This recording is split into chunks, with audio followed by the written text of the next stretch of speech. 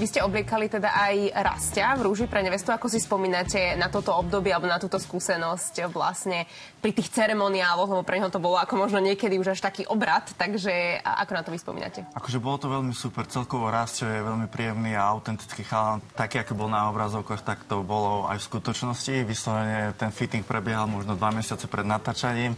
Celé sme si to užili, vybukovali sme si, povedzme, že pre neho predajňu spolu s Danickou a Majko sme vlastne si ho postavili do stredu a začali sme tvoriť, úplne sme tam dávali také brainstormingy, že čo ho najlepšie vystihuje, aby to nepôsobilo tak náškrobenie, akože moc tak formálne, ale presne, aby sme zachytili aj tú jeho osobnosť, lebo on je športovec a tým sa aj teraz že veľmi prezentuje. A myslím si, že sa nám to vďaka tým outfitom podarilo a napriek tomu, že je športovec, tak odprezentoval tú značku Justin Paukin ako pán elegant.